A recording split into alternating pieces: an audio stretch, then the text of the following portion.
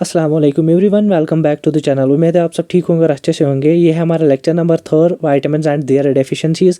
Previous जो lectures थे उनमें हमने देखा वाइटामिन्स होते क्या और उनकी वजह से जो डेफिशिएंसीज होती है और उनके टाइप्स पढ़े। और हमें जो वाटर सॉल्युबल वाइटामिन्स है उसमें कुछ वाइटामिन्स रह गए थे जो आज हम इस लेक्चर में डिस्कस करेंगे। पहला है vitamin B6 pyridoxine, rat anti dermatitis factor है भी बोलते हैं इसको, या इसको बोलते हैं पायरिडॉक्सिन। ये एक कोएंजाइम बनाता है जिसका नाम है पायरिडॉक्सिल फॉस्फेट। और जो इसकी वजह से जो डेफिशिएंसी डिजीज़ होगी उसमें एक आता है एक्रोडाइना। एक्रोडाइना क्या होता है? कैराटिनाइजेशन ऑफ एक्सट्रीमिटीज़। जो एक्सट्रीमिटीज़ है बॉडी की, जैसे कि फिंगर टिप हो गया, नोज़ की जो टिप हो गई, या ईयर्स की जो टिप्स है वहाँ पे कैराटिनाइजेशन हो जाए, कैराटिन ज़्यादा डिपॉजिट होगा। सीलिक सिंड्रोम को हम बोलते हैं simply damage of intestinal epithelium. जब इंटेस्टाइनल एपिथेलियम डैमेज होगा विटामिन B6 की डेफिशिएंसी की वजह से, उसको हम बोलते हैं सीलिक सिंड्रोम। और रैट्स में अगर विटामिन B6 पायरिडॉक्सिन की डेफिशिएंसी होगी तो उसकी वजह से हो जाएगी डर्मेटाइटिस, इन्फ्लेमेशन ऑफ डर्मिस। और इसके बाद जो है सिक्स्थ वन विटामिन B7, इसका जो दूसरा नाम है वो है बायोटिन, और विटामिन H भी इसको बोलते हैं। और प्रीवियसली इसको बोला गया है विटामिन B4। और जो ये कोएंजाइम बनाता है बायोसाइटिन, उसका जो काम है ना, इंपॉर्टेंट काम, वो है प्यूरिन की सिंथेसिस कराना, एडनिन गोनिन उनकी सिंथेसिस कराना हमारी बॉडी में। और अगर इसकी डिफिशिएंसी हो जाएगी विटामिन B7 या बायोटिन, एक तो हेयर फॉल होगा और एनीमिया होगा। और अब जो नेक्स्ट है seventh one, that's vitamin B10 folic acid, और इसको फोलासिन भी बोलते हैं। प्रीवियसली जो है इसको विटामिन B9 बोलते हैं। और ये बनाता है टेट्राहाइड्रोफोलिएट। इंपॉर्टेंट पार्ट है, ये याद रखना। ये क्या बनाता है? विटामिन B10 जो है ये बनाता है टेट्राहाइड्रोफोलिएट, जो कि एक इम्पॉर्टेंट फैक्टर है RBC सिंथेसिस के लिए, जो है इम्पॉर्टेंट है। अगर इसकी डिफिशिएंसी हो जाएगी तो मेगालोब्लास्टिक एनीमिया में RBCs जो है वो एनलार्ज्ड होती है, बट वो बड़ी होती है साइज़ में, वो बड़ी होती है, बट वो कंटेन करती है लेस हीमोग्लोबिन। जो हीमोग्लोबिन में प्रेजेंट होता है वो कम होता है। और जो ये है, ये इसकी वजह से एक और डिफेक्ट होता है, वो है स्पाइना बाइफिडा। न्यूरल ट्यूब जो है वो डिफेक्टिव बनता है इन केस ऑफ जो प्रेग्नेंट लेडी हो, उसके बच्चे में जो है स्पाइना बाइफिडा होता है अगर विटामिन B10 और फॉलिक एसिड या फोलासिन की डेफिशिएंसी हो जाए बॉडी में। और जो लास्ट है water soluble vitamin, that's vitamin B12 साइनेकोबैलामाइन, और इसको बोला जाता है एक्सट्रिंसिक फैक्टर ऑफ कैसल।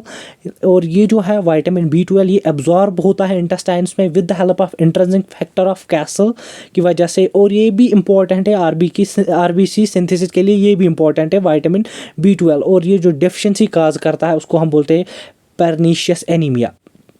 अब अगर हम इस पे क्वेश्चंस देखेंगे जो अब तक हमने पढ़े, फैट सॉल्युबल वाइटामिन्स या वाटर सॉल्युबल वाइटामिन्स, और जो है ये बेटा विटामिन B12 साइनेकोबैलामाइन और एक्सट्रिंसिक फैक्टर ऑफ कैसल, ये वाहिद वो वाटर सॉल्युबल वाइटामिन है जो हमारी बॉडी में स्टोर होता है।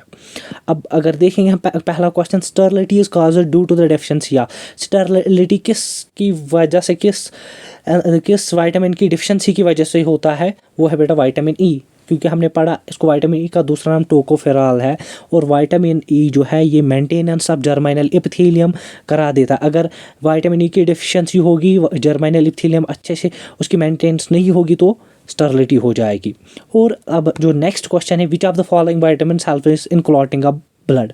ये भी हमने पढ़ा। क्लॉटिंग फैक्टर्स कौन बनाता है? विटामिन की जो है वो important for the synthesis of clotting factors. और अगर इंजरी हो जाएगी तो फिर जो है वहाँ पे क्लॉट बनेगा, कोगुलेशन होगी, कोगुलेशन सिस्टम एक्टिवेट होगा और क्लॉट बनेगा। वो क्लॉटिंग फैक्टर्स बनाने के लिए जो है बेटा विटामिन के इम्पॉर्टेंट है। हमने beta carotene is present in, हमने पहले ही बोला था बीटा कैरोटीन जो है वो एफिशिएंट होता है विटामिन ए में। और ये किस में प्रेजेंट होता है? सबसे ज़्यादा कैरेट्स में। कैरेट्स इसका इंपॉर्टेंट आंसर है, ये करेक्ट आंसर है। और विटामिन B12 अभी हमने पढ़ा। विटामिन B12 जो है इसका दूसरा नाम क्या है? फोलिक एसिड ये तो नहीं है, थायमाइन ये B1 का नाम हो गया, साइनेकोबैलामाइन जो है इसका करेक्ट आंसर है।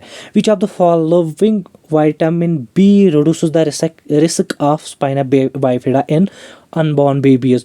कौन सा विटामिन बी कॉम्प्लेक्स का कौन सा विटामिन है जो रिस्क जो है होती है स्पाइना बाइफिडा बनने की जो रिस्क होती है अनबॉर्न बेबीज़ में, उसको कम कर देता है। इसका आप जो आंसर है कमेंट्स में पिन करेंगे। और बहुत सारों ने बोला था कमेंट्स में भी कि लेक्चर जो है लेंथी है बट समझने में आसानी होती है। अगर मैं चाहता तो इसको एक टेबलर फॉर्म में प्रेजेंट करता और बोल देता, बट क्वेश्चन वो इस तरीके से भी पूछ सकते हैं, वो डायरेक्ट नहीं देंगे कि ये डिफिशिएंसी से क्या होता है, ये वाली डिजीज़ जो है डिफिशिएंसी ये किस विटामिन, वो कभी कभार सिम्टम्स बता देंगे, ये हो जाएगा। तो आपको फिर गेस करना है। आप जब वो सिम्टम्स देखोगे फिर तभी आप गेस करोगे ये सिम्टम्स तो इस डिफिशिएंसी डिजीज़ में आती है। और जब आपको पता चल जाएगा कि ये डिफिशिएंसी डिजीज़ है तो तभी आप गेस कर पाओगे कि कौन सा विटामिन इन्वॉल्व है, वरना नहीं कर पाओ। इसलिए मैंने डीप में इसको अच्छे से एक्सप्लेन किया है। Thanks for watching my video, do subscribe the channel and also share the video with your friends. Thank you.